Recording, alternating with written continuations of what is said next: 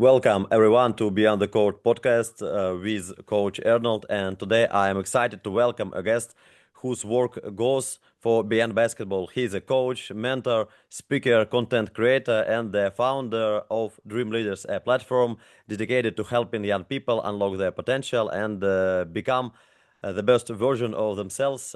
He combines coaching with leadership, faith, and personal development, and uses his media platform to inspire, educate, and empower athletes and everyday people around the world. Please welcome to show Dartannon Wilson Sr. Thank you, thank you. Definitely an honor to be on the show. Like he's mentioned, just obsessed with basketball, obsessed with just helping people and trying to use what I have, the knowledge and wisdom that I have to just help people around. So definitely appreciate it. Yeah, I'm honored to see you too. And I think that I talked a lot about you, but can you briefly introduce yourself for the audience by yourself? Okay, my name is Dartannon Wilson, or Coach Dar on Instagram. Born and raised here in Greenville, Texas.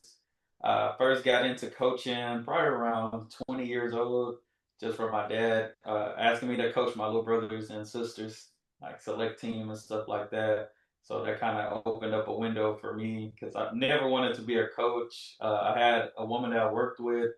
She knew I was decent in basketball, so she asked me if I could train her daughter.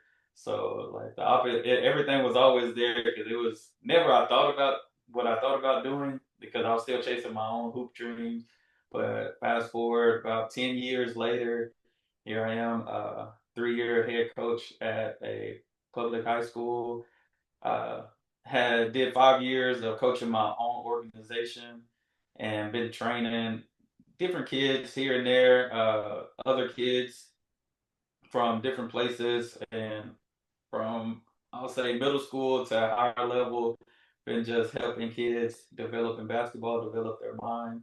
So that's the basketball portion. Now the mental focus was started in high school or started in college, where I started Dream Leaders and first started off just being like a multimedia or media type of company, type of hobby where we just interviewed people that were successful or on their way to success. And that kind of became more of a thing where we just try to help the next generation, mentally, and Yeah. that kind of led to me speaking at schools and eventually just starting a mentoring program, and of course, being the basketball fanatic that I am, I was like, man, I need to make this for basketball, and started my own basketball organization with Dream Leaders and got that going. And with all that, I became also got interested in doing like public speaking and writing. So recently, or since I think from 2018 to 2020, I wrote 3 books, and my goal is to write 2 more books for this year. So just been writing and doing all those things as an aspiring author, and just even in the midst of that, got interested in doing content, mainly YouTube channels out there as well. That helped me to learn about Europe and different things to the point where I actually got to travel to Sweden and Denmark 2 summers ago. So that was a pretty cool experience, and uh, just loved it. And now I want to be able to just help train and take my love of basketball, my knowledge, my wisdom, and just mental performance, and take it around the world and help others. So, yes, Yeah. sir. Yeah, that's amazing. Thank you for introducing, and I would like to start from the bottom and about your basketball journey, about your early basketball journey, and Yeah. can you tell me how did basketball first enter your life? So it first started when I was younger. Played NBA Streets. I don't know if you remember NBA Streets. It was like on PlayStation 2, I think, at the time. And I played with a guy named Tracy McGrady, and from then on, that was like my favorite player, man. And as I was growing up, I never really played like Pee Wee or Little League basketball. I always said I was, but I didn't actually start playing basketball until seventh grade. Um, and with that, I just had some natural abilities because football was my love because that's all we could do. We didn't really have basketball goals unless the neighborhood kid had them. But fell in love with basketball in seventh grade. I think I had to be like 5'4", 5'5" in seventh grade. Fast forward, then eighth grade came, and I grew to like 5'11" or 6 foot. So it was one of those things where I actually realized like, dang, I can do this by the end of seventh grade. Just start working hard and just have some good genetics and athletic abilities that kind of led me to being at least 5'11", 6 foot by 13. Got my first dunk and all those things like that. Um, and I just got into Sorry basketball. for interrupt. What was your height when you first dunk? Oh man, it was crazy because I dunked off an alley oop first. That was my first dunk, an alley oop. But uh, I don't know. It was hard because like in seventh grade, in seventh grade you kind of preteen on the way to teenager, and I could touch the backboard, so I really didn't Mhm. think nothing of it. But then in eighth grade, I was like grabbing the rim. So by the end of the season, me and another friend of mine that played, we just started grabbing the rim, and we were like, "Hey, let's get a oop," try to dunk it. And I just happened to get one in. Like I was overly excited to the point I was like, "Man, I wanna really try to get it on my own." And that didn't happen until I hit ninth grade. I still remember just being in one of my eighth grade coach's backyard. We were doing like a workout in the backyard, jumping over like dressers and all those different things. And then before you know it, I was just dunking consistently, just doing a home workout. So Mhm. Okay, and who had the biggest influence on your love for the game? I'll say two of my coaches, and my eighth grade coach, Coach Albritton, and then my high school coach, Coach Smith.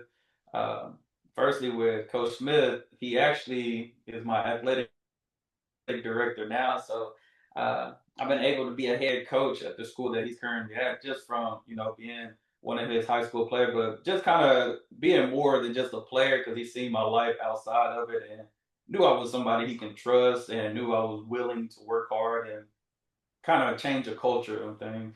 So he always stayed in touch with me and gave me the opportunity to be able to coach at a school. And then Coach Albrecht was one of those coaches, man. Anytime, like even when I was chasing my basketball dream, uh, from eighth grade all the way through college, he was always that coach that was available for me to go work out with. Anytime I hit him up, he'll always be there to help me try to get my body right and stuff like that to prepare for whatever was next for me and stuff like that. So just those two, man, they definitely made a difference, like still in my life now. So definitely indebted to them. And do you remember how many training session did you have per week in high school? Oh man, I did something every day. I literally did something every day just because we had a local YMCA, just like a little rec center, and I was in there every day. Even if I wasn't working out, I was always hooping. And one of those things when I had ran into a guy that kind of helped train me as well, and he always made sure I got a workout in before I played fives, just to help my individual skills. And just looking back, I did like even that night before I went to bed, because like you said, I wanted to dunk so bad in eighth grade and ninth grade, and I kind of spammed it too much because I was doing like 1,000 calf raises, 1,000 mini hops, and all those things before I actually went to bed every night. So it was just yeah, just obsessed with like dunking. I know nowadays kids are more obsessed with shooting threes, but man, I really like when I started dunking like that. I understand It you. was fun. It was fun, man. Do you remember the program Air Alert 3? No, Uh, I don't. I Jumping. use the jump soles. Have you heard of jump soles? Ah, yeah. Yeah, Uh, I had the jump soles. I didn't have it, but I did it in Air Alert 3. I Yeah. think is about a 12 weeks program, and Okay. it was popular maybe 20 years ago, and a lot of Yeah. kids. I'll tell you, those programs were insane. Yeah, and progress. Yeah, it was really insane because on the last weeks we did about 2,000 jumps in a session. Oh, It's dang. it's really hard to do that, and Yeah. I remember that boys were with hard knees because a lot of jumping. I'll tell you, those programs were, and I think I was trying to rush the process because my freshman year, I didn't play varsity my freshman year, but I played like we had like different spring leagues. So I knew I was going to be on varsity my sophomore year, so I played varsity like for a spring league, and I could only play one game because like I was on my jump zones literally every day, and I'm like I read the manual, but I didn't read the manual, like the warnings and stuff, and I ended up straining my hamstring, so I had to sit out because I was like overdoing it because I just wanted to like I wasn't one of those guys that just wanted to die. I wanted to fly. Eventually leading up to my senior year, I could really be in the air for a minute, but. I was like, dang, I just don't want to be a fingertip dunker. I'm like, I'm trying to like hit above the rim and do those things. What do you think about your passion on dunking in your childhood? It was because of Tracy McGrady or Oh something yes, else? sir. So my favorite player, I got three players really that are like my favorite all time, which is Tracy McGrady, Kevin Garnett, and Kevin Durant. Yeah. Uh, Kevin Durant, of course. Now I was a skinny guy, so my homeboy he put me on to Kevin Durant. He's like, hey, you skinny? Hey, he's skinny, and the only thing with that, I knew I wasn't going to be 7 foot. But man, like going back, like looking at Tracy McGrady before the knee injuries and stuff, man, he was flying. Even Kevin Garnett, like those guys, they were just playing above the rim. I'm definitely not 6'8". I'm only 6'3", but it was nothing jumping off a vertical once I got there. So Oh, Kevin Garnett is so inspiring man. I have his yeah. book. Do you read it? Okay. Yeah. I haven't read his book yet. Nah. Um, okay, and in my childhood,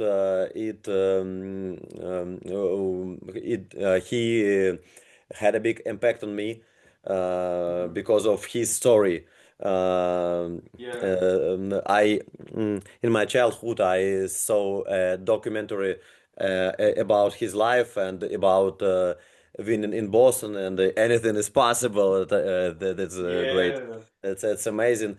I I wrote some quotes from his speeches. Anything is possible, and I'm not a native speaker, and I sometimes have some trouble with. Yeah. But No, you're good. I try to do my best for you. Yeah, no, you're good. You're good. Thank you. And I wrote some quotes above my bed, and when I get up early, every day I saw his sentences, and it w was inspiring for me. Yeah. Yeah, that was a good time because I bought the green and the black Boston Celtics jersey. I like my dad asked me, "What do you want for?" I said, "I want a Kevin Garnett jersey." Like that was my first jersey, my first ever jersey because I never really been into jersey because I was a small kid, I was a small guy, but I was like, I gotta have this jersey. Yeah, he is a great player with a great defense, I think, and with a big passion and heart. He play with heart, I think, all Yeah, games. That's amazing. I love his game, and I think do you remember he played one season before last for Brooklyn Nets? Yeah. yeah, yeah. Yeah, 'Cause I he, think, yeah, yeah, I was about to uh, say because I think that's where he got traded to from Boston. yeah, he So, played with a man from my country, Andrei Kirilenko. Uh, oh yeah, AK-47. AK-47, yeah, yeah, I think that was his AK-47. nickname. Yeah, great nickname. I think AK-47 is one of the best nickname in Yeah, in the history. for sure. Yeah, he played with Kevin Garnett. I think it was 2014 or 2015, Hmm. maybe. Yeah, and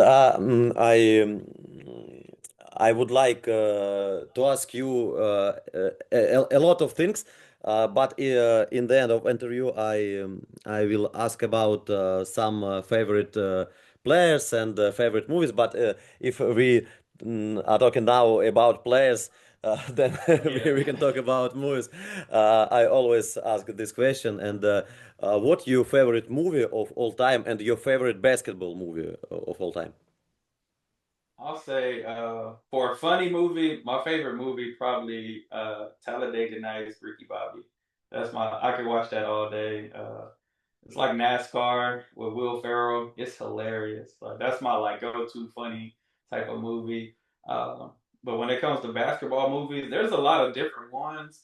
I think one of the main ones was Glory Road because Yeah, that was like a movie that was shown to me in high school. My freshman coach, he showed us that movie because we know like Space Jam, Coach Carter. Coach Carter is another good movie, but Glory Road, I think that was more so about like just that hope, and in the times that it kind of directed to, it was just showing like you can be just because you're a small school doesn't mean that you're not good or you can't compete with anybody. And it just kind of showed like as long as you go out there and work hard and compete, like you can beat anybody. And I think that one was a good one, and that was like my first time ever watching it. Like my coach showed because I was a basketball head, so I always tried to watch different basketball movies. But I think Glory Road was one of those. Like it it really I think that changed my mindset as a player. Because I was a freshman. As a freshman, I wanted to knucklehead around, and I was taking it serious, but not too serious because I'm clowning with my friends. But that was one that kind of changed. Like, dang, I can go to college, and like no matter where I go, I can make an impact and stuff like that. But yeah, Glory Road for sure. yeah, it's great movie and it's a serious movie and not only about Yeah. basketball. Yeah, I saw him when I was in high school, I think. Yeah, it's Hmm. a great movie, but for me, my favorite movie is Coach Carter because Yeah. because this movie changed my mind in high school. Hmm. The same situation, Glory Road for you, I think Coach Carter was for me, and that's really inspired me, and I try to rewatch it every year. I think Hmm. every Yeah. year. Yeah, this really serious movie, and I think I use some of his some of Coach Carter moves moves Yeah. in Yeah. Oh coaching yeah. Uh-huh. like suicides for late. Push-ups, all that stuff, man. Yeah, I like for sure. Coach Carter, like I think I rewatched it probably like a month ago because like as a coach, it's sometimes you don't want to go to the extremes because I know here in the States, like it's different. Like just with different parents probably complaining how practice is ran and different things like that. But you look at Coach Carter, you're like, oh, this is extreme, but it's like they did it. No complaint. Even if they had complaint, you're like, all right, y'all owe me 5,000 push-ups. All right, it's crazy, but like I realized like practice got to be difficult. It got to be difficult. So if practice is difficult, if practice is challenging, when you faced with the challenge of a game, it's nothing, when it comes to working hard and doing all that. So that kind of like helped my coach mind nowadays, I would say, because it's like, all right, if practice is easy, I'm not giving them the real, because the game is going to be tough. The game is going to be tough because it's like who prepared the best to get this win. Because we practiced, we prepared, but that team also did too. Now it's like the will to win. Like who has the will to win? Who wants it more? So it's like if you go through so much in practice, if practice is difficult and tough, this game, your will to win will increase for sure in the game. So Yeah. you were wanting more to the point you will realize, oh, this team, even though they're undefeated, we just gave them their first loss because we wanted it more. And not only did we give them their first loss, we beat them by a larger margin.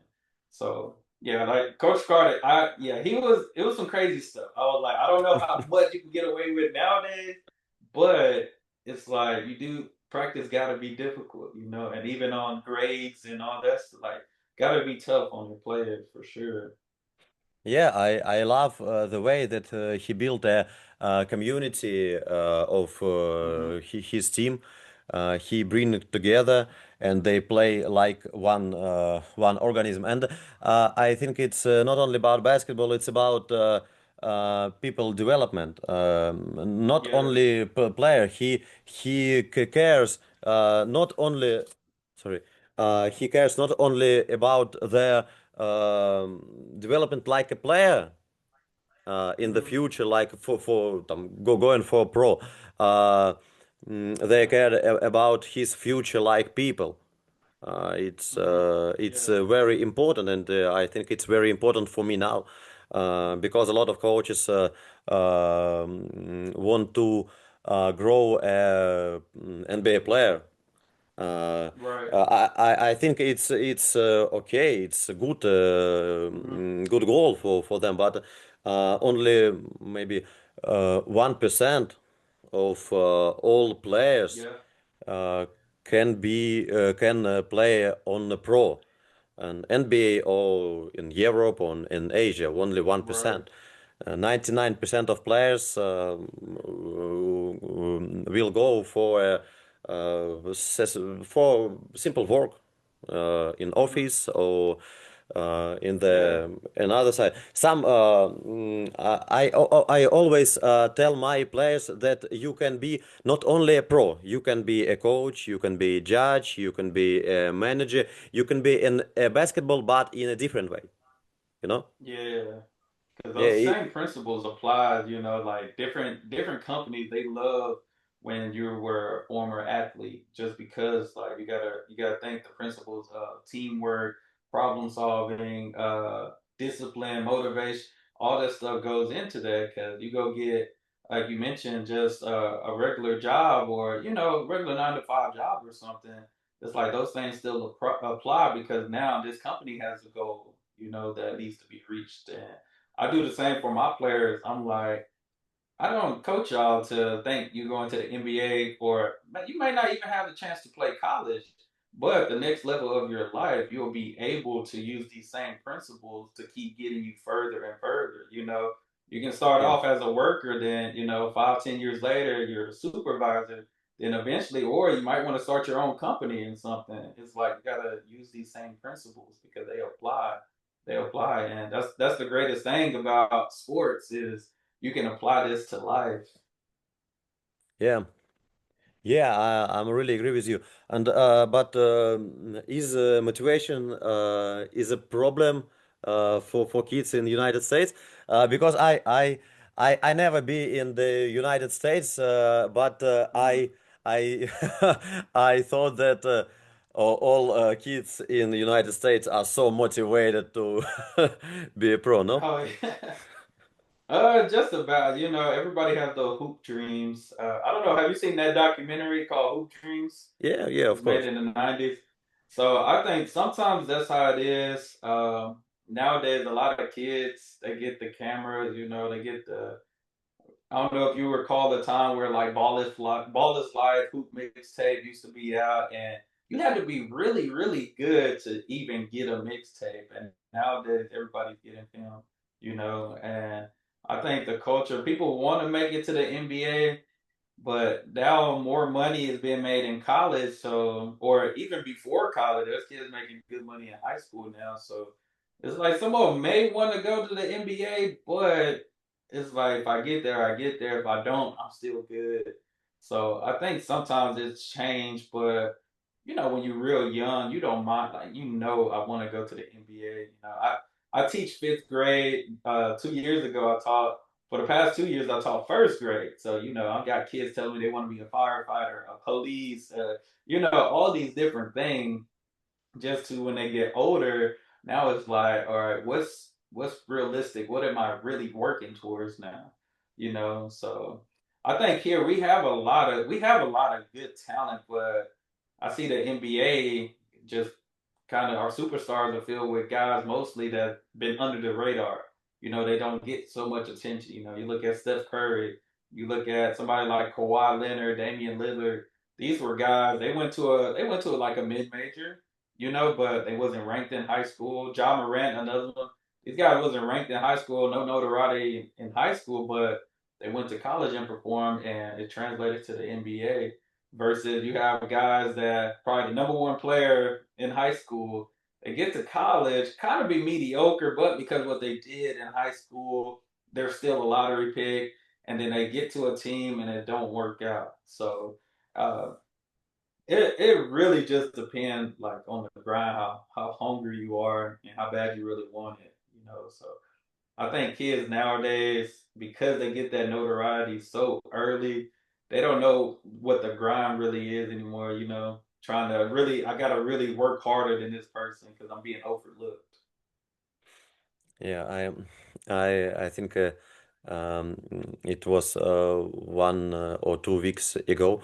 One of my player in Mhm. uh, I have my own academy in Moscow, and I have about 200 kids in it, and Mhm.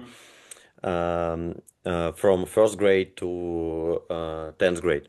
And Oh, nice. one of my players from 10th grade said that he never seen the games, basketball games, NBA, EuroLeague, none of them. Oh, wow. I asked him because I know that he knows and Steph Curry, James, etc. etc. And I asked him, and where do you see Steph Curry and other? Oh, in highlights, in Instagram. Yeah, yeah. Only highlights. Yeah, we have a bunch Man, of kids. They definitely watch the highlights over full games. yeah, only Cause I, highlights. yeah. Oh, it's crazy. It's crazy. It's a new generation. Yeah, So because I have crazy. kids. I tell some of my players, I'm like, y'all need to watch full games, especially watch college, because college is kind of filled with systems and plug-in guys. Like this guy might not make it to the league, but he fits this system type of thing. Yeah. But yeah, we have kids, and it's like that highlight shows him doing one move that game. That's a long game. That's a 2-hour game, and you only seen the two clips of his best moves, which means he wasn't doing that the whole game. He Yeah. wasn't doing that the whole game. Yeah, but we seen highlights, dribble, dribble, dribble, dribble, step back, shoot, yeah, Yeah, applause, and etc. But you don't see backdoor, you don't see cuts, he's moving exactly. around the court, his passes, what he doing on screens, etc. You see only one of the his best moment. Yep. For example, Steph do a lot of things on the court. Hmm. Not only shooting three and between the leg, between the back step back. You know, um, Yeah. yeah. And You said that you work with first grade, and Yeah. and Yeah. I So I taught first grade the past 2 years. Yeah. and I interested. Uh, Are player in first grade in the United States playing basketball 5-on-5 or no?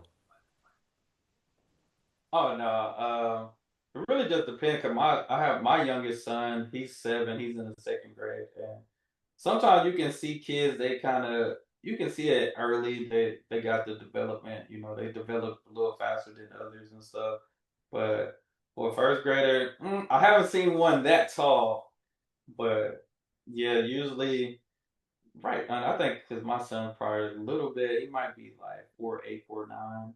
So, but nah, yeah. First grade, you'll see kids a lot. You'll see which ones develop a little faster than others. I think that's another thing too, like with the development. Because I don't know if you've seen there was a sixth grader last year. He's in seventh grade now, but a sixth grader last year, it's like 6'5" in the sixth grade, and he was No, dunking. He was dunking crazily, you know. And in sixth grade. in sixth grade, yes, he's Oh, in seventh grade right now. He's that's one of good. the That's top cool. players in their class.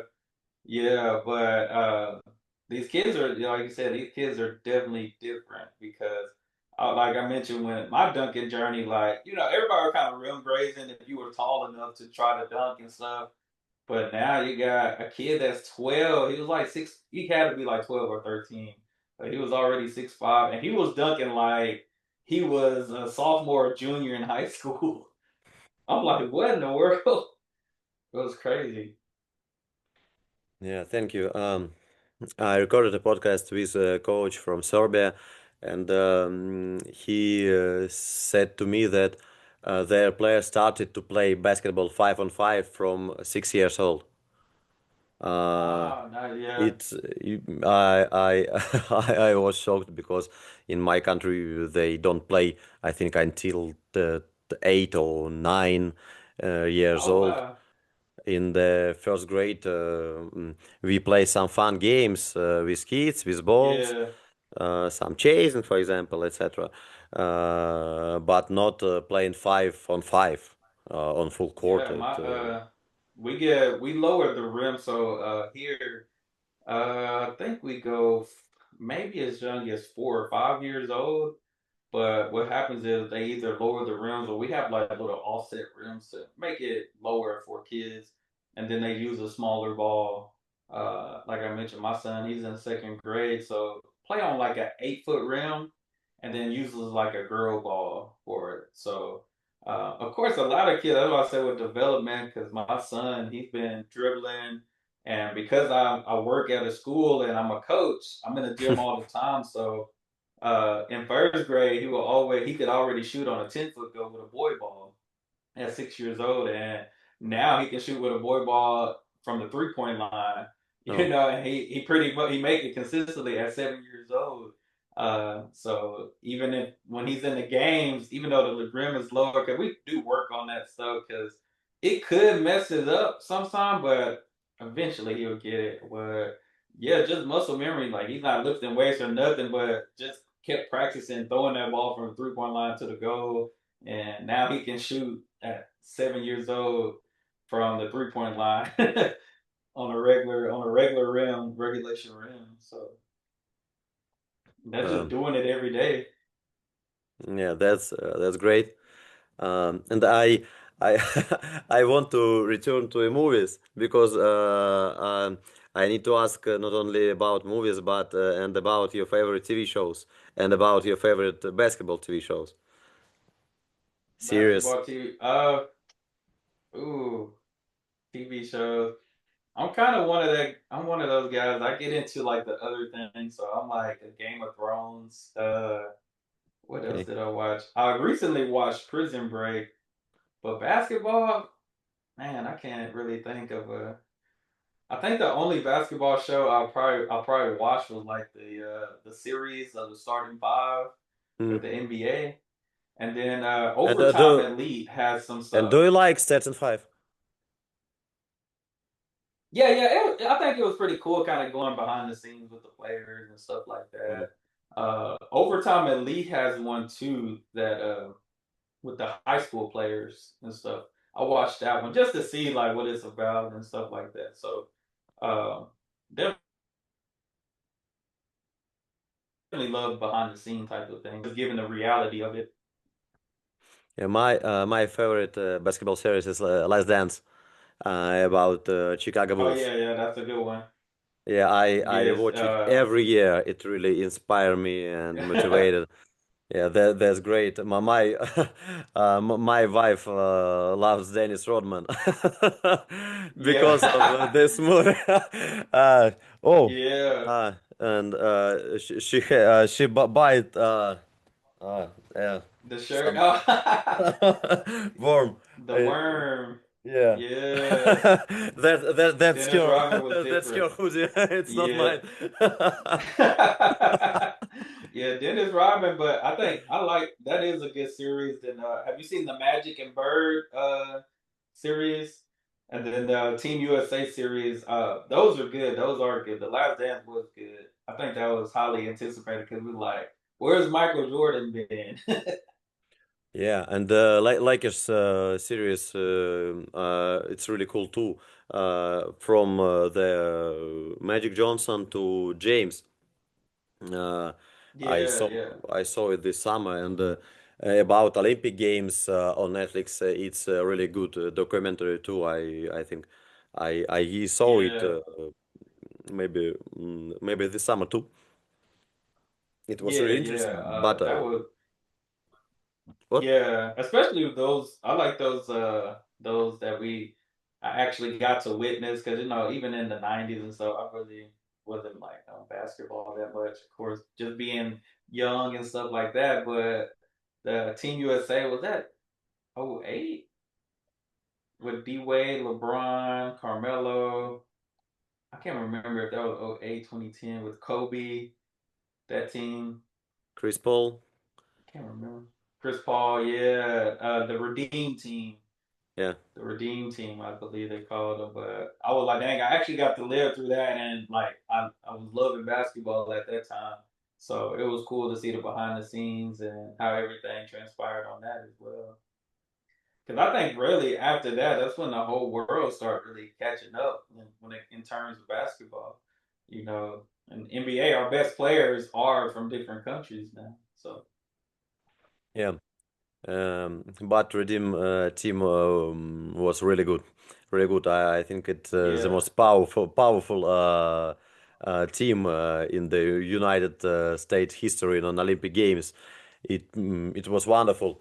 I love their games because Dewey, one of my favorite player, and yeah, D Wade. Kobe of course too, and I love to see their games, and sometimes I rewatch some of these. For example, I watched final games, final game maybe in the spring. In the spring, Uh, Um it was really interesting for me. Yeah, yeah, yeah, that's great. those are some good matchups. Um, yeah, but about NBA, which era do you prefer more? 19th, early what? I'll say the 2010s. I'll say the 2010s because, like I mentioned, I'm a Kevin Durant fan, so Yeah, I love that Warriors team right there. I think because being from Dallas too, that 2011 Dallas Mavericks team was different. You know, yeah, seeing LeBron James get his first one. Who else in this? The Spurs dynasty. So you got like the Spurs dynasty, you got the Warriors dynasty here. Just some good team basketball. We witnessed like guys playing good team basketball. It wasn't like just about that one guy. It was like that one guy and the other guys. So I think we have some good team dynasties in the 2010s. yeah. I understand you. And what final is your favorite final game, Gotta final be was series? that the Warriors and the Cavs. Just because Yeah. Kevin Durant got his first one. Yeah, because I think the speculation that Kevin Durant had to join a team to actually, but it was like he averaged like 30 points. He Yeah. was still the man over there. So yeah, Yeah, that was were great games. My favorite final, I think it's 2013, Miami mm-hmm. versus San Antonio. Spurs, Oh uh, yeah, yeah. with Ray Allen shooting three That three on the pointer. last seconds. Yeah. Yeah, it was crazy. I think I jumped from my sneakers when I when I see it. Yeah, I Uh, definitely remember that. I think we went crazy. I think I watched that with some of my friends and stuff. Because my friends were like Heat fans. Well, they were like LeBron and D Wade fans, like diehard LeBron and D Wade fans. So I'm like the odd one out because I was a Kevin Durant fan. So throughout school, we wasn't really getting anything, but you had D Wade, LeBron, Kobe, like those teams were like flourishing. And I still remember, and I'm like, all right, if LeBron lose two in a row, it's not going to be good for him. But Ray Allen saved them on that one. Uh, okay. I think we should return to your basketball journey, not not only Yes, about sir. Yes, movies, sir. shows, and NBA games. It's really interesting, but um, and we talked about your influence on. We talked about biggest influence on your love for the game, and how would you describe yourself as a young player? Your strength, mentality, style, play. So for me, I would say I was like a slasher. Like I said, my athletic ability helped me out so much because I was a skinny guy. I was probably like 6'3", 150. But that's because I drunk a lot. I made sure to kind of take care of my body, and but it kind of helped my senior year. I started actually lifting weights. I was the guy. I was super athletic early, so I'll tell people, "Oh, if you want to jump like me, don't lift weights." I'm only jumping this high because I don't lift weights and stuff like that. I was super skinny, but eventually that stuff it caught up to me because now I need skill. So I went from just a slasher, crasher of the boards to actually kind of developing like a point guard type of sense, a shooting guard type of sense. Because I had to realize like, hey, I'm not getting no taller than 6'3", 6'2", 6'3". So now I have to change my mind to a guard because growing up, I played post. So here in the States, you play for a certain type of school, you might be the tallest one. And in my case, I was one of the tallest ones at my school. So you play that on the block at 6'1" or 6'2". And eventually I had to by my junior year, I had to get my guard skills right because I'm like, all right, I'm probably done growing.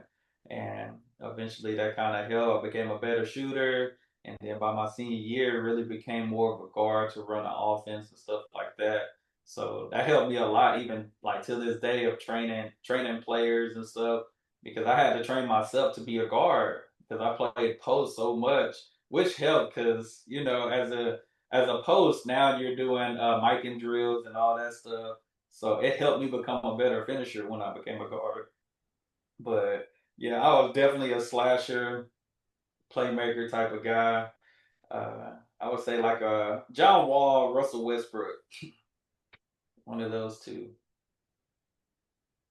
Yeah. And what is one moment from your playing days that you will never forget? I would say my sophomore year. So my sophomore year, I kind of struggled because that was my first year on varsity. Still trying to figure out the game. We had two people go down, and it was my time to step up. And I can't. I'll always remember this. I literally just told somebody, but we was going on a fast break, and something told me because we got to still going on a fast break. Something told me to run the floor and follow. And one of my teammates, he went up and missed a layup, and it rolled off nicely, and I came out of nowhere and dunked it over the 6'9" guy. That's great. Like it was like, yeah, that changed everything for me because that was my sophomore, that was my first year on varsity, and like after that, my confidence level just went up just from that one play. I'll say that changed my life forever. Getting my first dunk on varsity, and it was like a putback dunk over somebody that was 6'9". So, but yeah, I wish I can find it. I'm gonna have to ask my coach, man. Like I haven't seen that in a long time because we rewinded like the whole day when we when we watched film and stuff. Yeah, I hope I can find that again, man. But that moment changed everything for me because struggling with confidence and boom, I get a putback dunk over somebody that's 6'9". Oh yeah, I can do this. Yeah, it's good memories, I think.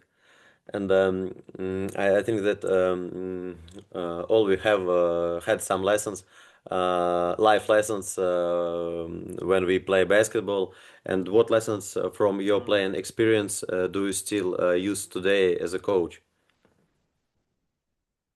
Just that discipline, just being disciplined, kind of shifting your mind and preparation. So I always try to tell my players like, make sure you prepare for your game. You know, sometimes you gotta eliminate all outside distractions just to prepare. And that's what I used to do. Whether if I had to sit alone and get my mind right for the game, I did that so I can focus on that hour of that game. Uh, so I still kind of use that, and eventually with experience, getting older and stuff, came into how discipline is better than motivation. So I can be motivated for this moment, or I can be disciplined enough to already be prepared for the moment. Yeah, I agree with you. Discipline, more motivation, of course. Um, but Yeah. I think that, I use in my coaching passion. You never should stop if you love something. Because Right. I played basketball until maybe 22. Um, Hmm. and I realized that I will not play. I cannot play pro. Right. Uh, Right. yeah, and I just stopped to playing basketball. Just stop at Hmm. all. I thought Yeah. that okay, I can play and I don't be play. But it Right. was so stupid for me. I think because I started to play basketball because I love basketball only Hmm. for the game. Not in my childhood. I don't think about. I didn't think about that I will be pro in future. I only love Right. the game with my friends. I love the sound of nets, of sneakers, etc.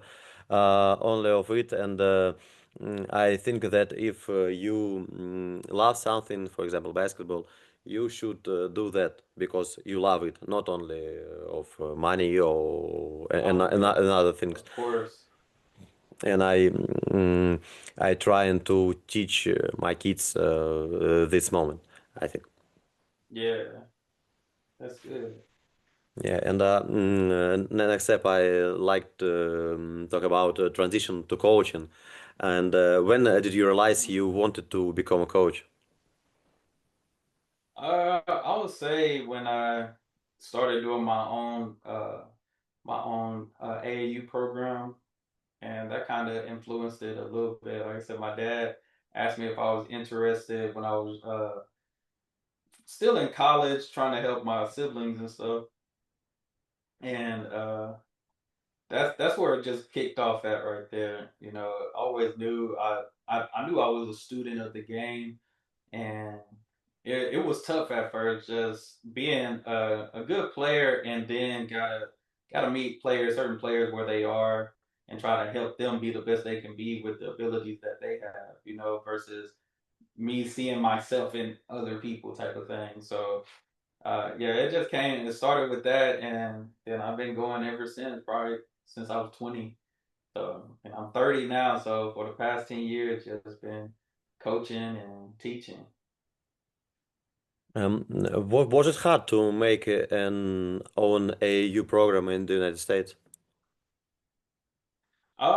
So really, the main thing is just have the players, connections and stuff like that. Because for me, I started off just using old jerseys from one of my coaches in high school. He gave me old jerseys to use. Just setting up, finding tournaments and stuff like that. Um, but other than that, like those like the main things you need. Just make sure you have the players and know where you want to play, and then eventually just getting the funds to play. So that can go from either fundraisers or just having parents pay a certain amount for the tournaments. Okay, thank you. And what was the hardest part of transition from player to coach for you? I would say just giving up the game, really realizing that this is it. For me, I was kind of battling. I thought I was like, oh, I'm D1 and all those things, and I had like NAIA D3s and stuff interested in me, and I had some JUCOs, but I was like, oh no, I'm a D1 player. I got decent grades, and that kind of hurt because when I got to college, I was just going as a student, and then I was still chasing a dream, but ended up tearing my Achilles, and that's when I knew I was like, yeah, that's it for me. So kind of lost passion for a little bit because I'm like, man, my goal was to play in college and do all that. And then, like I said, the opportunities for coaching came up, and yeah, since then I've been training and coaching, and now have guys that played at the highest level, and they currently play overseas and stuff like that. So just seeing the benefit with that, just me not getting to do it, but seeing other people do it is definitely fulfilling. Yeah, thank you. And how would you describe your coaching philosophy today? I think for me, I'm a players coach, so uh, I do focus on player development, but man, just relationship building, like knowing each player individually. Uh, as we mentioned, sometimes it's not always about the X's and O's, but who can this kid become in life? And I Yeah, just always been a player coach, always try to motivate these kids outside of basketball, giving life lessons and different things like that. And that helped me a lot, just knowing who they are as individuals first, and yeah, just being a players coach. yeah, that's great. That's great, and that's modern, and I think it's the best way to coaching kids right now.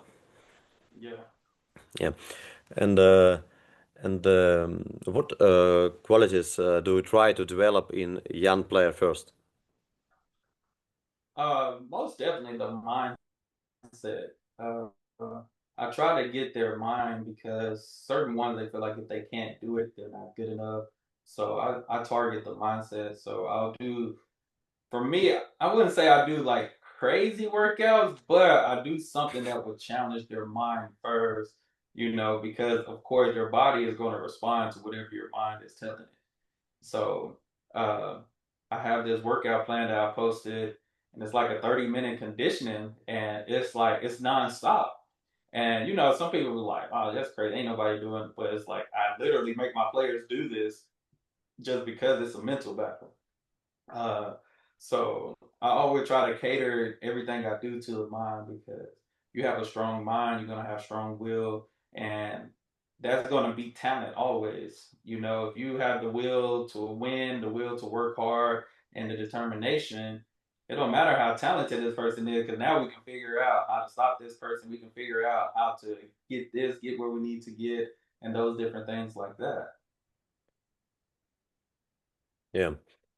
Um, I think that I started with something the same thing, Mm-hmm. from discipline, from team building, relationship between another players in your team, Yeah. about relationship with your opponents, with your parents, with coaches. Right.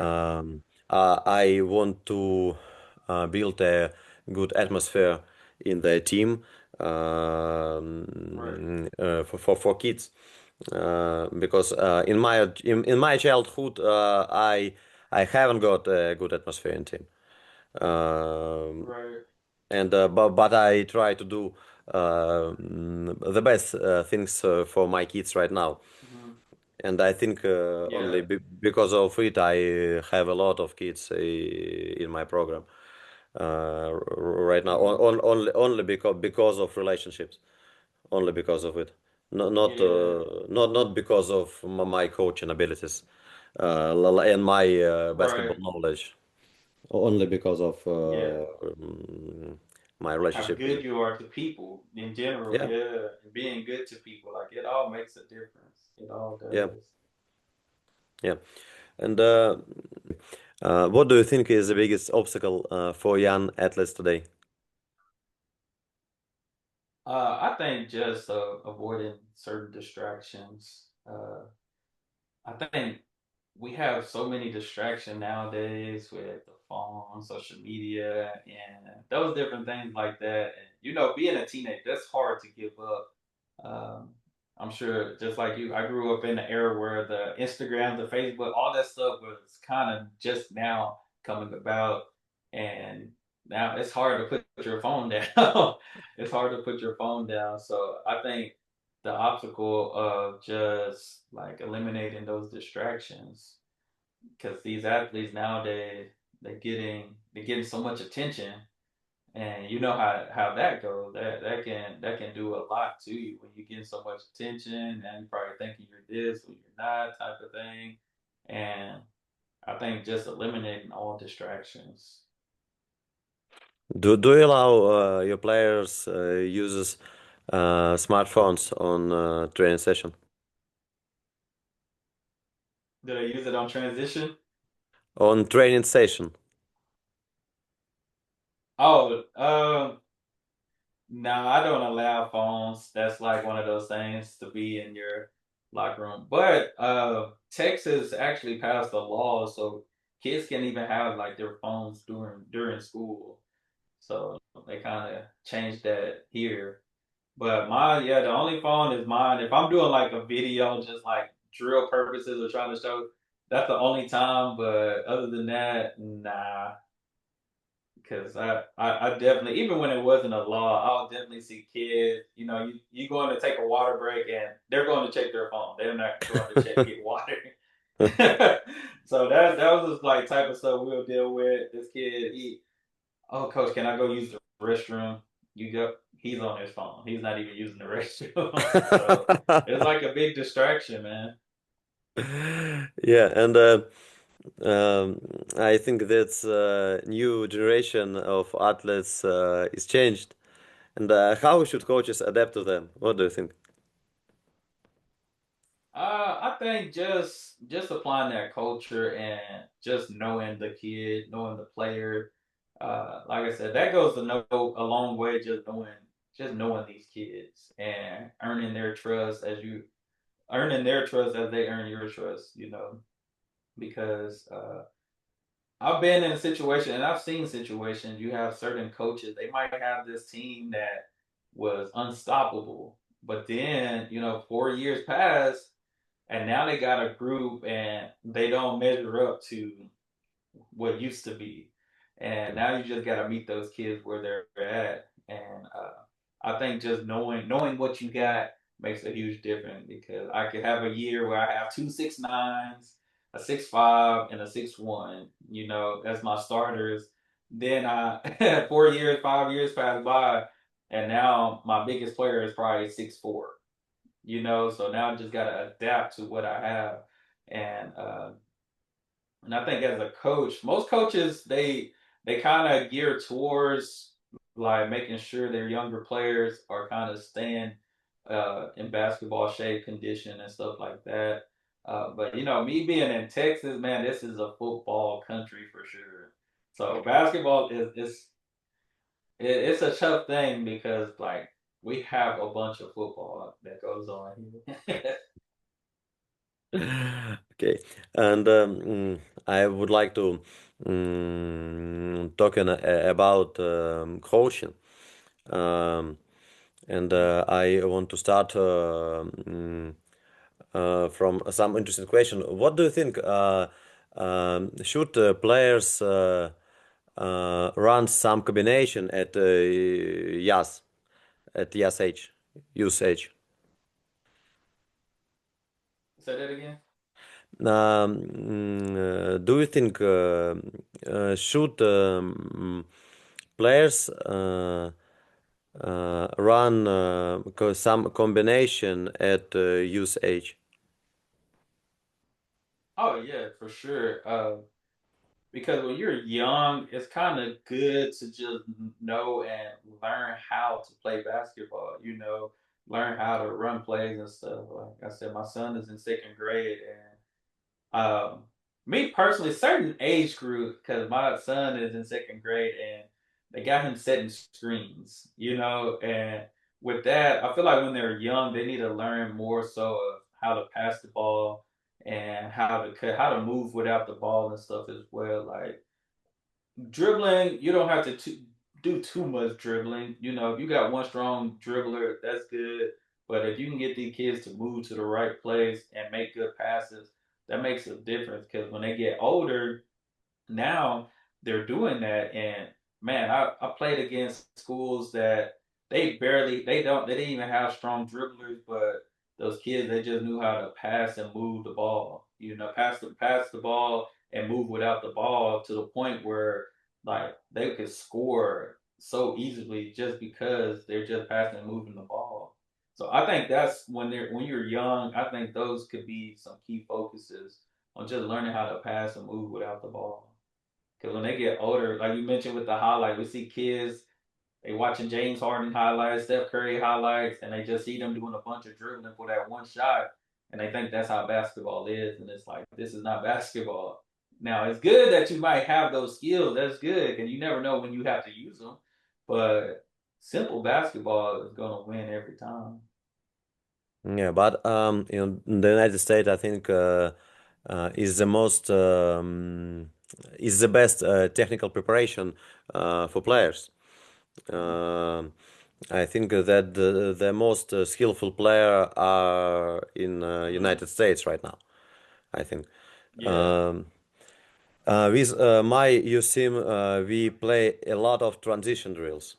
3-on-2, two on Mm, one, 3-on-0, then 2-on-1, etc., etc. yeah. A lot of running, a lot of running because um, most of attack and offense are in transition in use level, no, Mm-hmm. not in combination. Um, and I agree with you on this point. And about screening, do the United States have some special rules for the screen?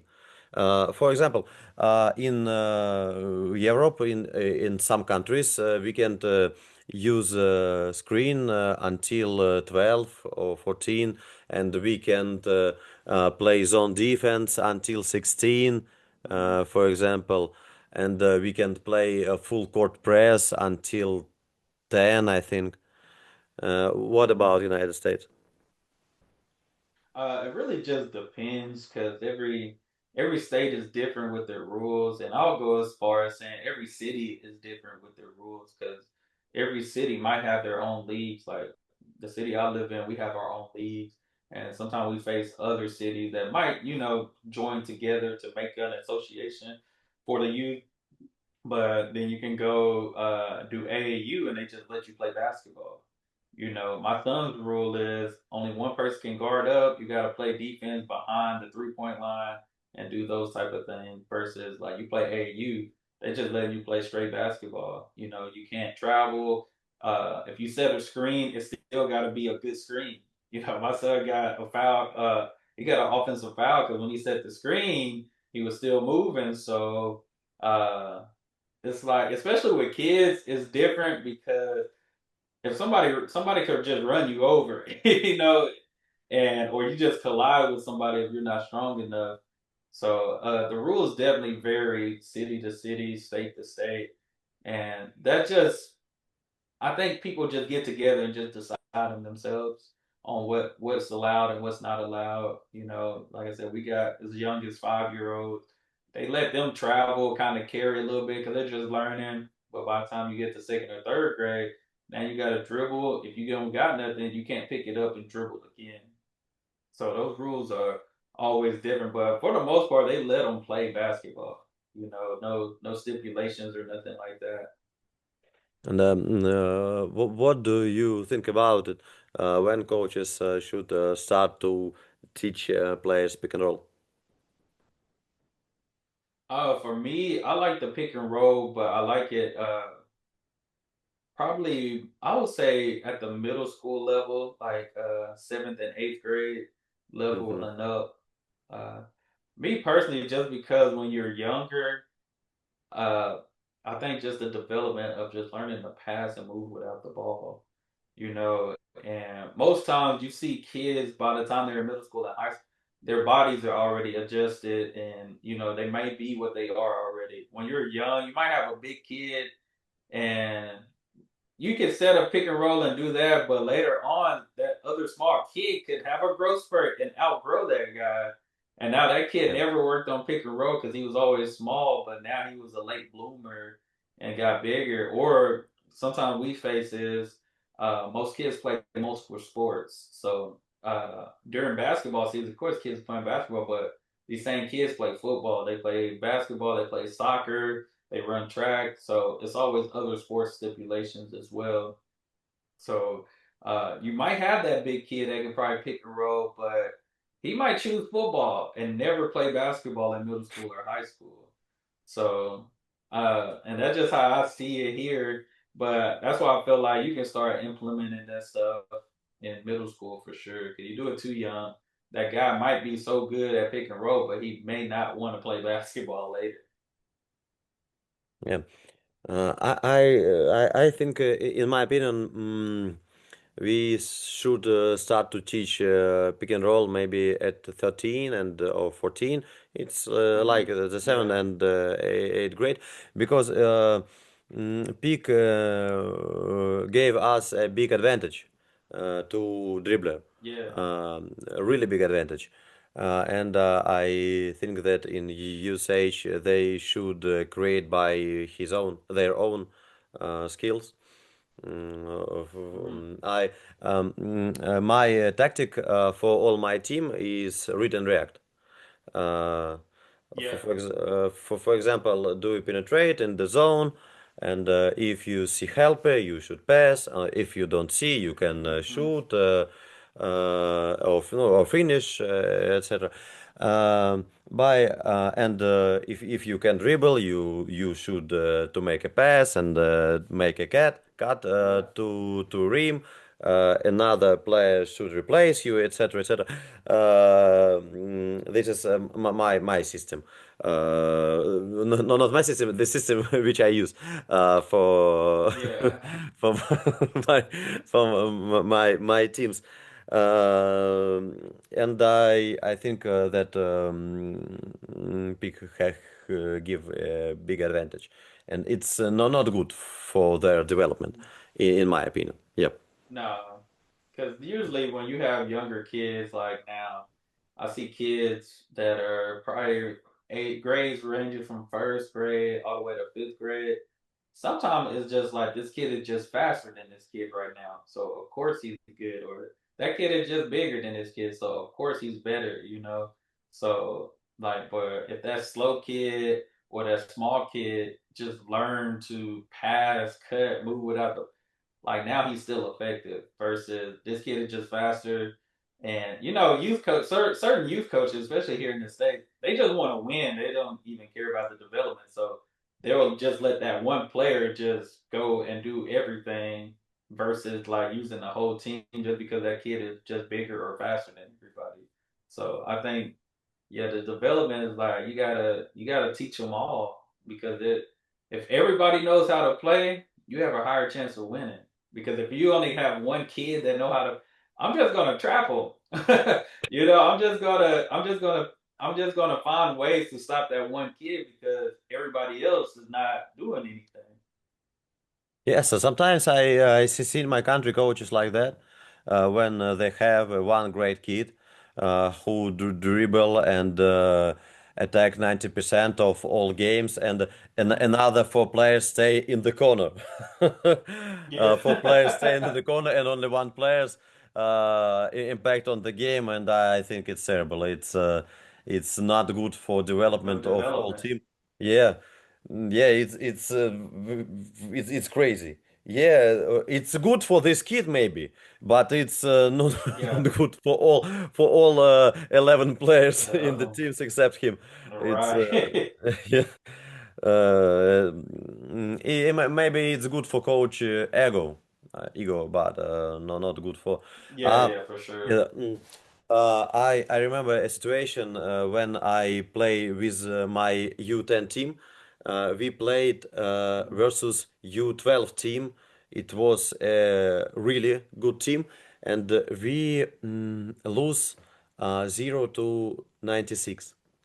Uh, Oh, dang. and but yeah, yeah, it was so sad,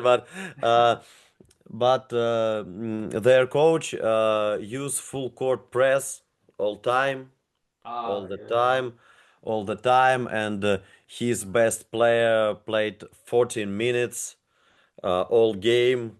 Yeah. They play like in the last time. It's not. It was not That's good. good. It was not good for my kids. It's not good for his kids. Hmm. It's good only for Coach Ego. Uh, Yeah. I've seen we that a couple of times for sure. Yeah, it's not good, and but it was my the saddest game in the life. Like a coach and Yeah. like a player, oh, it was crazy.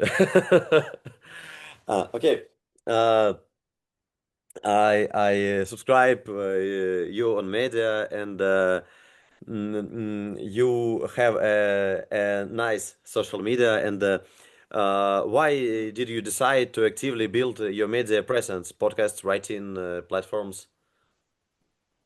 I think that all just came from being in college because, like I said, when I started Dream Leaders, we were doing like media coverage and just trying to gain an audience and doing all that.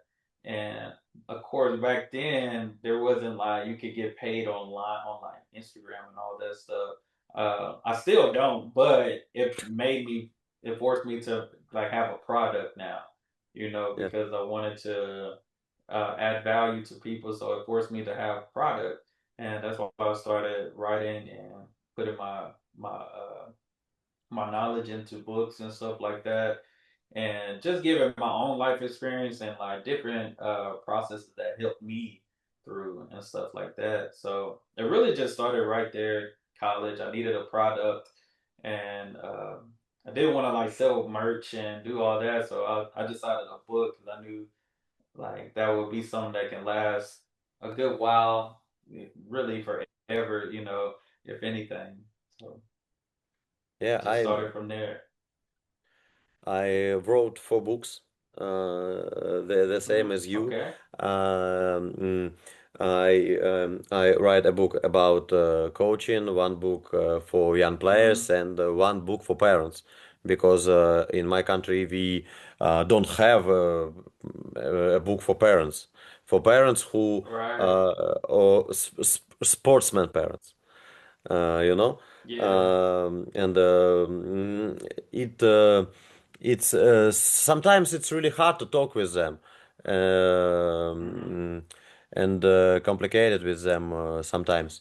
And I write a book about bodybuilding with my father. My father was an Russia champion of bodybuilding in Oh, nice. 1986. Yeah, he is a huge guy. He is a good. I'm not. Why? Uh, um, yeah, and I write this book with my father. It called Golden Era of Bodybuilding in Russia. Golden Era of Hmm. Bodybuilding in United States was in 1970s with Arnold Schwarzenegger, uh, etc. Yeah. I do this thing for impact, impact on people, Hmm. and have some influence on them. I know that in the United States you have a lot of books on basketball, Hmm. a lot of books of Yes. coaching, and that's great. Sometimes I offered some books from the United States. I have a Coach K, Rodman books, Scottie Pippen, Sam Smith. I see on my shelf right now. Nice. Yeah, Tim Grover's book. Yesterday I bought his book. I don't know how it translates on English. It's something about win and jump. Win and Jump, Tim Grover, Mhm. some jumping program.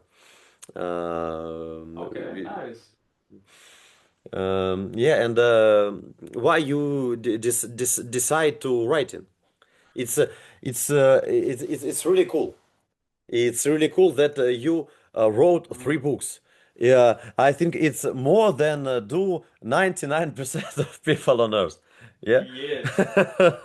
Yeah, because uh, it's I'm not gonna lie, it was tough because I really had to sit myself down and make myself right. I remember just clocking out of work and still sitting there like I can't leave until I finish this chapter. So writing is one of those things. Of course, here in the States we have English class and we have to write papers and all that stuff, but when you're writing a book, some of those same things apply, but not everything. But you still want to make sure of certain things, and I guess yeah, I think just even having that mental block on certain things, um, yeah, but writing it's tough. I think a lot, so I like some of my best things come from just what I've thought, or listen to something and I can relate to it and add my own, make it my own. Uh, but yeah, I definitely my last book I had a lot of writer block on that one, and I was just trying to find the motivation and find something to like just make me right. And what's the best thing? Just living life, going through experiences. So I think that's what helps out a lot. Like if I was just sitting at home doing nothing, it's hard to write. Like I gotta see something, I gotta listen to something, and but yeah, writing a book is not for the weak. It is not. Yeah, definitely. I think so. But right now, I think that, for example, me, I don't receive a lot of money of book. Mm, Yeah, it's really low. It's not a passive income like us, but I yeah. I think it's really good for coach reputation because Hmm. some parents see, oh, that's man write a book. He's not Yeah. just regular coach. He's write a book. He knows something, and he write. Yeah. Exactly. Yeah, Yeah. that makes the difference right there. Because like you said, I don't really get. Most times I buy my books to just give them out for free, just because I just want people to like get the value, and then like if you could write me a review, that's great. But other than that, it's like I just like adding value to people. Being a best-selling author, I can see that in my future, but I think that's probably later down the line. As your name grows, that kind of helps out stuff too. So.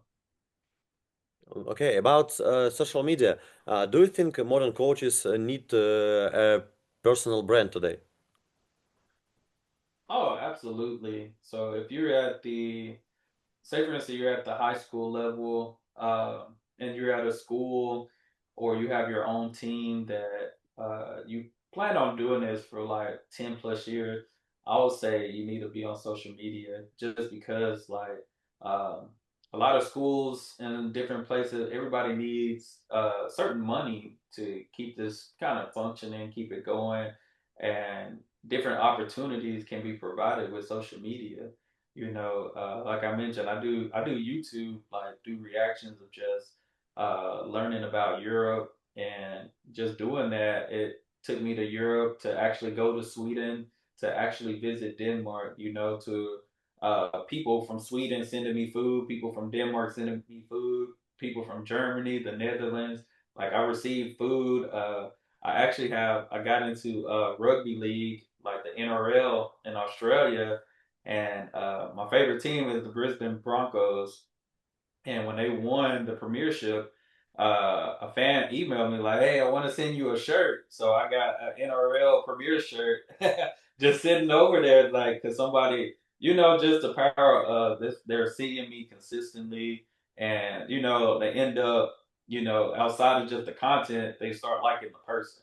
So just doing that, it created a bunch of opportunities for me to even, like I said, to even go to Europe for the first time. That was an amazing thing. But coaches nowadays, and it don't have to be just strictly how to do this, but it can just be simply just like creating culture, having fun, showing a good environment of basketball, Yeah, and that's what I kind of changed too.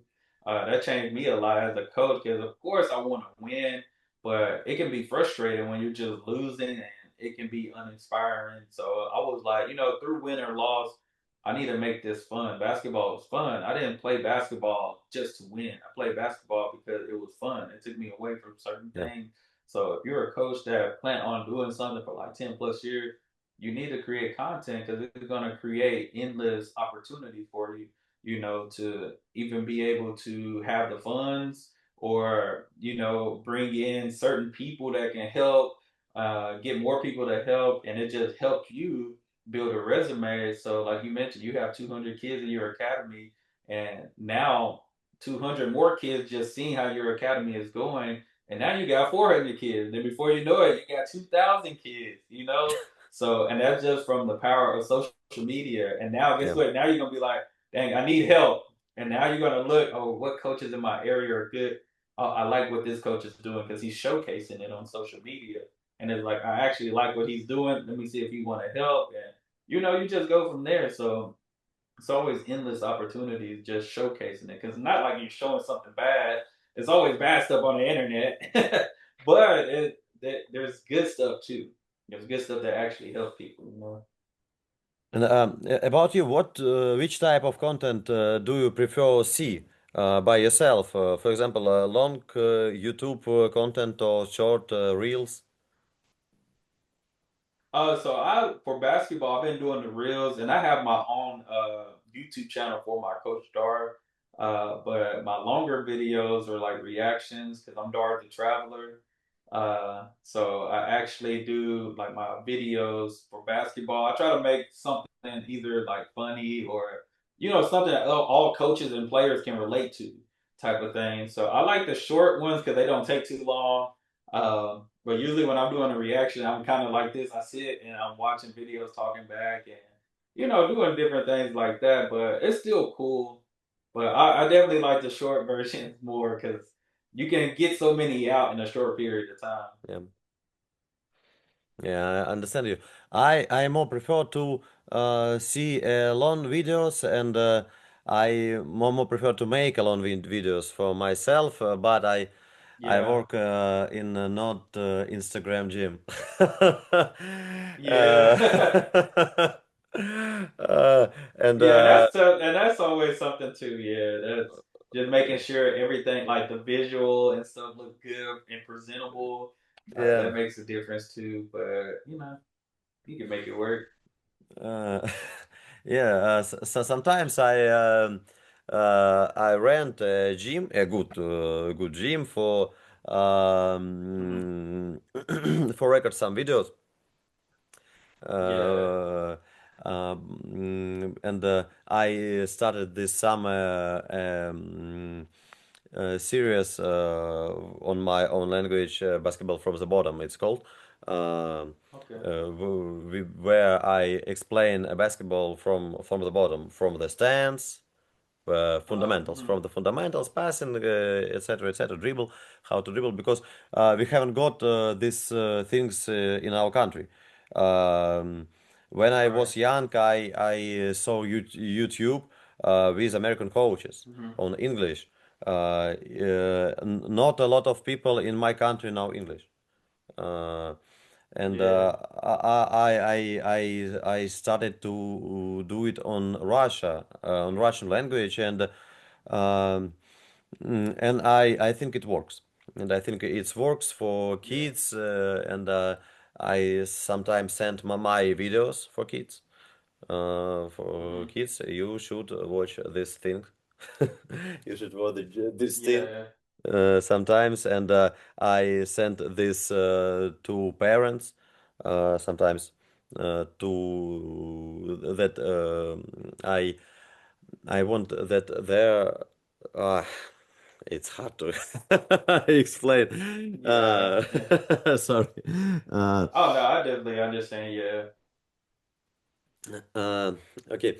About creating content. What is the hardest part of balancing coach and work with creating content for you?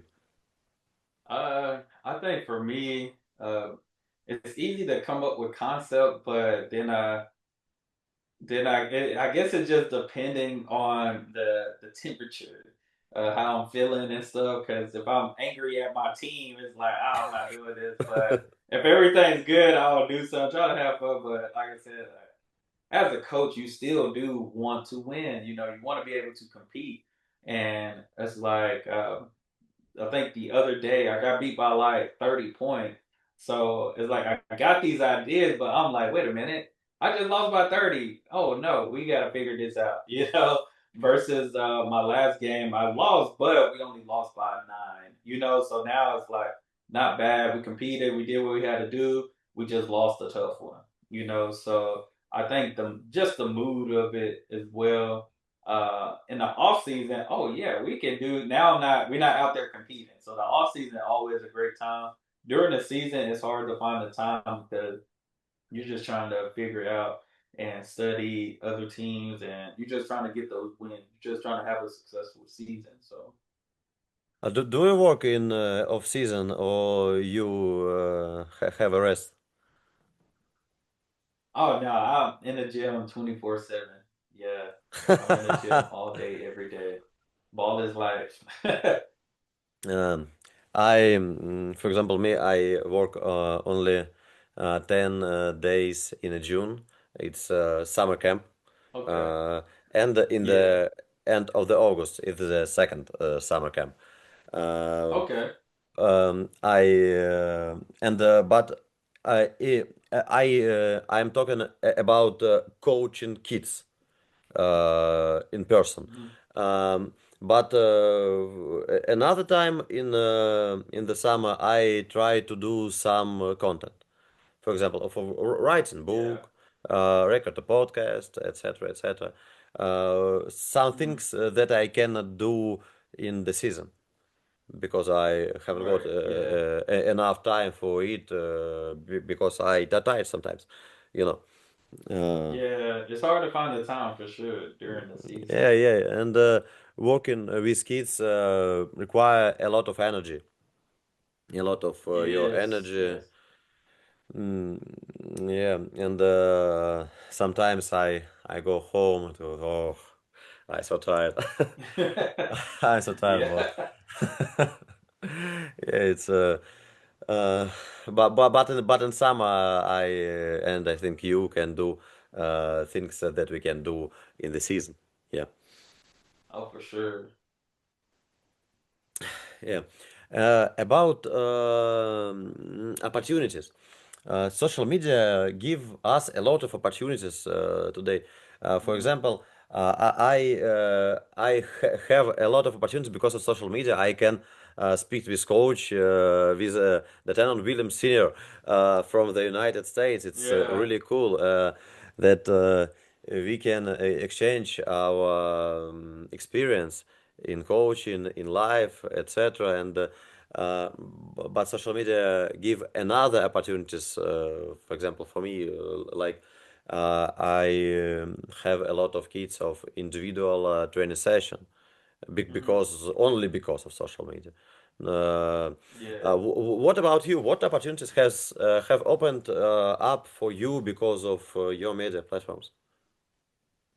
I think for me, just like you mentioned, a lot of people come to me about training sessions and stuff Yeah, now. that's great. Um, So I'll say that because I do train, but you know I'm not a train. I'm a coach that trains, and but yeah, I think that's probably the main thing. Of course, getting trapped like with like memes and stuff, but Like I still try to showcase like certain things to help uh players in game or warm up or practicing, those different things like that.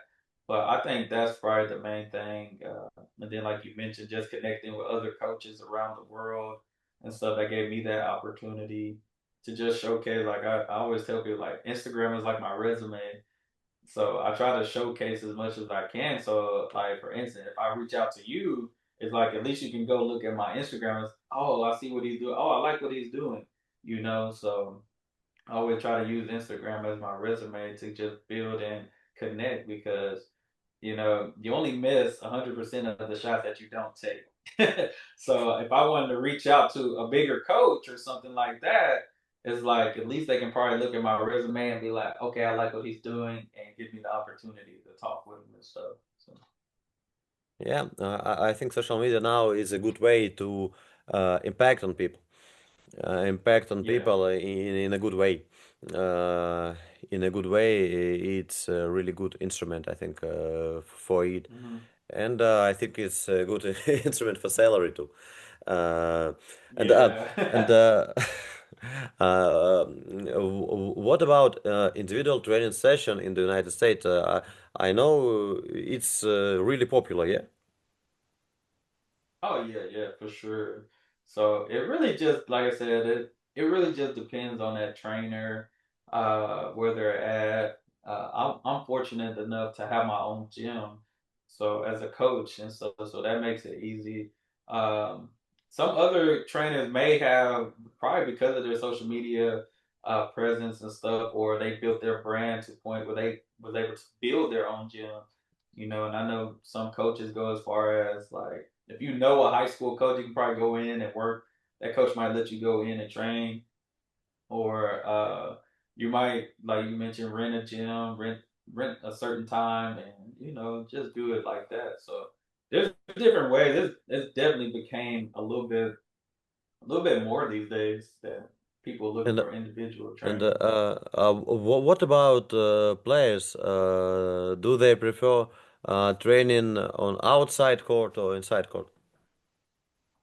Oh, inside for sure. So Inside? I tell my players, especially when you get older, so like middle school and high school, like you definitely don't want to be playing outside too much because it's just going to damage your knees, ankles, and all that stuff. Because now you're playing with concrete, so it's like that stuff start damaging your body when you're little. When you're young, of course, you're not fully developed, so like that stuff not gonna bother you. Like I mentioned, I work with first graders. They were doing some crazy stuff that like it hurts. I'm like, dang, like if I do that right now as an adult, I feel like I would break something, So like they can get away with it when they're little. As they get older, cause I feel like that kind of strengthens they're gonna strengthen their little bones and stuff. But as you get older and your body's already developed, now it's like you want to be careful because like that concrete, you shouldn't be playing on concrete. Hardwood is being indoors is better, and still too, I think it depends on the court. Because you can play inside. We have like little tile courts and all that. It's like certain things you play on can be dangerous still. Yeah. Understand it. I asked this question from a lot of coaches around the world, and all players prefer indoor court. Yeah, yeah, In Greece, in Israel, in the United States, in Russia, yeah. yeah. Uh, but in my country, we just started to realize that player need an individual workout. No, not Hmm. coaches, players. Players and parents started. Oh, we need individual. Okay, okay. But 10 years ago, it was awful. Oh, Yeah, they said that. Oh, we don't need an individual workout. He can pass and cut, for example. And yeah. in my country we have a lot of really clever players who cannot dribble. They can catch and shoot and pass and cut. Yeah. But not so good technical like in United States. Um, okay. And about basketball, United States, what strengths and weaknesses do you see most often in young American players? I would say the athleticism is a strength. Um, just because we have some, like I mentioned, there was a sixth grader like freakishly athletic. So Who the can dunk? athleticism and the speed of the game, yeah. So the athleticism and speed, like I feel like kids are developing a little faster when it comes to certain things. So and here in Texas, we have some very high level basketball. We because we have a good amount of guys in the NBA right now from Texas. I would say a weakness, like I mentioned, a distraction with phones. So real basketball IQ, because some of these guys they could dominate, score like 30, 40 points in high school, but then they get to college and now you have to fit a certain system in which they could probably score like 15 to 20 points in, still get be a lottery pick. But now you go to the NBA and now you have to play a role. So you've been the man from high school, college, but now in the league, you have to play a role. Like if I'm 6'8" and a small forward, I'm not about to play over LeBron even at 40. I'm not going to play over Kevin Durant. So I have to play a role if I want to last here longer. So those are the things you got to think about. LeBron been in the league for 20 plus years. Kevin Durant almost at 20. So it lets you know the superstars at my position been here so long. I'm not just going to come in and take their spot because I'm young. So a lot of guys fall off because they don't know how to play a role. I don't know if you're familiar with Austin Rivers. Uh, Austin Rivers was a top player in the nation. He was the number one player in the nation. Went to Duke, ended up being a lottery pick. And I just remember here on the podcast, he was like, I was a scorer all my life, and when I got to the league, I had to be like a 3 and D. I had to be like a defensive player just to be able to play longer. So that strength is just the athleticism and stuff, but the weakness is most time kids don't want to adapt just to be able to keep playing, at a high level. Yeah, yeah, I understand it. My kids, not only my kids, a lot of kids in our country in sixth grade can't touch the net. Yeah. They're not athletes at all. I think that Yeah. in the 10th grade, a lot of kids can't dunk in our country. Yeah. It's it's not good, and it's not good because in our country we started to weightlifting maybe 5 6 years before. Mm-hmm. uh, Michael Jordan did it in 19th. We started to do it Yeah. in 2020s. It's not good. It's not good because a lot of people think that weightlifting is bad for their shots. It's bad for their dribble. That Yeah. that you need muscle. It made you more slowly, Mm-hmm. etc., etc. It's not good, and I have we haven't got a lot of athletes. One reason because of it, we don't Yeah. go to the gym, and Yeah, I think basketball has its own set of workouts. I feel like kids can start early. Of course, you can always do body weight type of workouts and stuff. yeah, If you do add weight, I would add like less weight, high reps. Because I just remember like I wasn't very strong, but I was explosive, and I was explosive. Like say for instance, you have a bench press bar, I would do jump squats. Usually, just being in the football world, they'll tell you put all this weight on there and squat. But I could just get the bench press bar by itself, weighs probably like 45 pounds, and now I can do jump squats. Now I'm being more explosive with weight. So I think it's always different with basketball, with each sport, any sport really. But I would say basketball has its own specifics. weight training that you gotta cater to. You know, you can't just put a lot of weight on, and you know, you need to get stronger, but you can let isometrics or something do that. You know, play that role where I'm Yeah. holding weight and strengthening tendons and stuff. But yeah, I'm teaching my kids now. Like I let them lift, but I don't make them lift too much weight or Yeah. high, like a lot of weight, just because like that's a will it would. But if you do less weight, high reps, then now they will become more explosive. Yeah, I think we all different, and we need uh,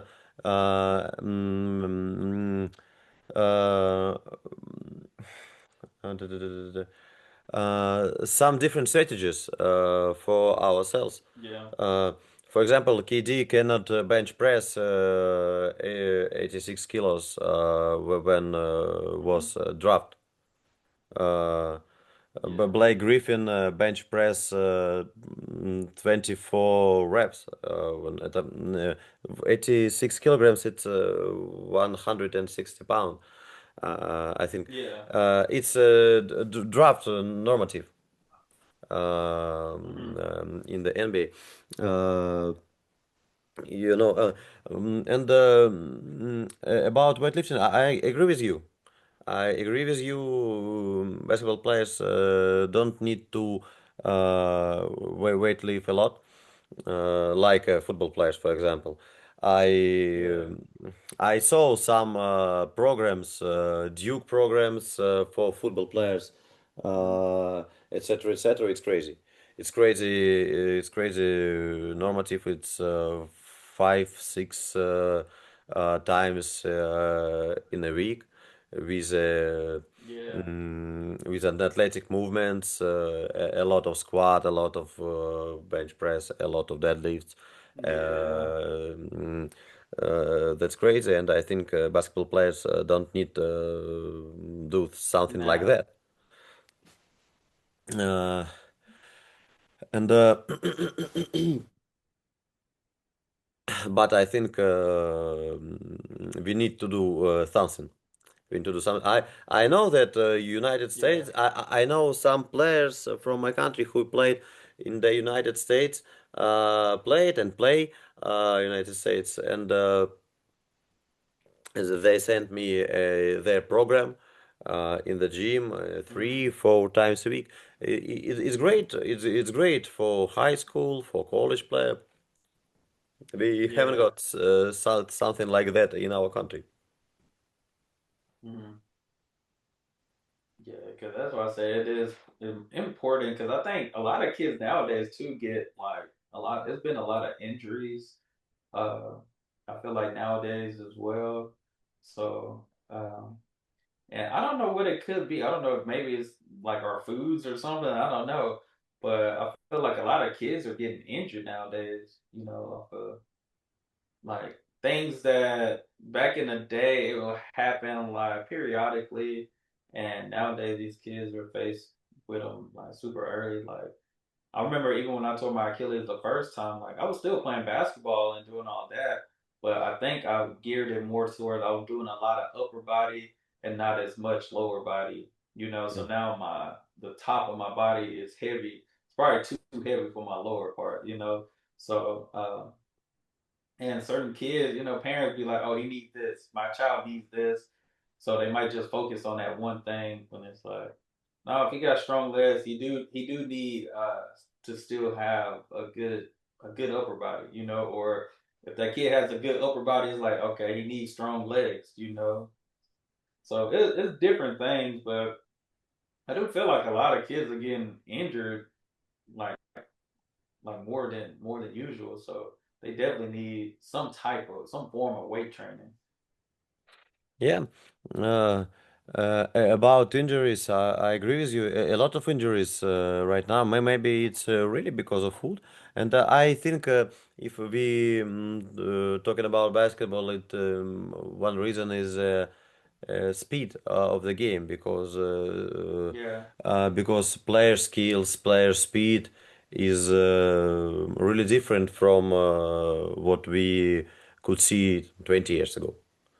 20 years ago. In my country, in left side, people dribble right hand. It's the 20 years ago. It was awful. Yeah. Uh, I think it one of the reason uh, of a lot of injuries around the world because of higher speed and new requirement to basketball specific. Yeah, yeah. Yeah. And if you could change one thing in the use basketball system, what would it be? Uh, Kind of like what I mentioned earlier, just teach the simple.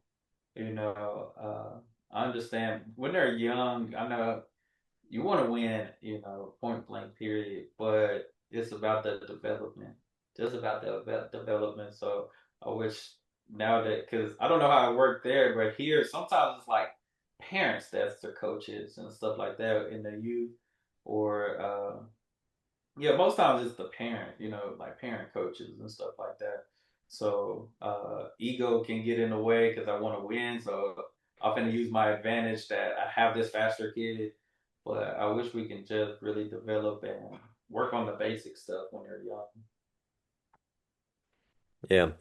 And I want, in the end, I want to ask you about your project and development. Can you tell us more about Dream Leaders and your other initiatives? So for Dream Leaders, that was because I've been helping other like travel teams. Like my son's on another travel team, so my dream leader is just gonna be straight training. Uh, so with dream leader, I still want to help with basketball skills, but I just been seeing the need for mental performance and strength and conditioning, just with like preparing the athlete's body to withstand a bunch of games. In middle school, kids play probably like 8 to 10 games if they're not playing AAU, and then in high school, that 8 to 10 games jump up to 25 to 30 games. So it's a major jump, and you gotta prepare your body. I feel like here in the state, kids are playing a lot of games, and your body gotta be strong enough to do so. And that's what my Dream Leader program kind of about to shift to, just focus on strength and conditioning and mental performance. Okay, thank you. And which project is the most meaningful or important to you right now, and why? Uh, I think all of them are because they all tie in together. Uh, Even with my podcast that I invited you on, that's just to get the talk, like just to hear the experiences from other people. Whether it's a coach, whether it's a doctor, or this person that works this job. I think it's important for kids to just know like all this stuff kind of translate. You can be a great athlete and you can still later on in life be a great salesman. You'll be a great worker, you know. So just getting the mindset, just showing like you can do anything, really put your mind to, with the discipline and just really focusing on what you really want out of life and going and making it happen.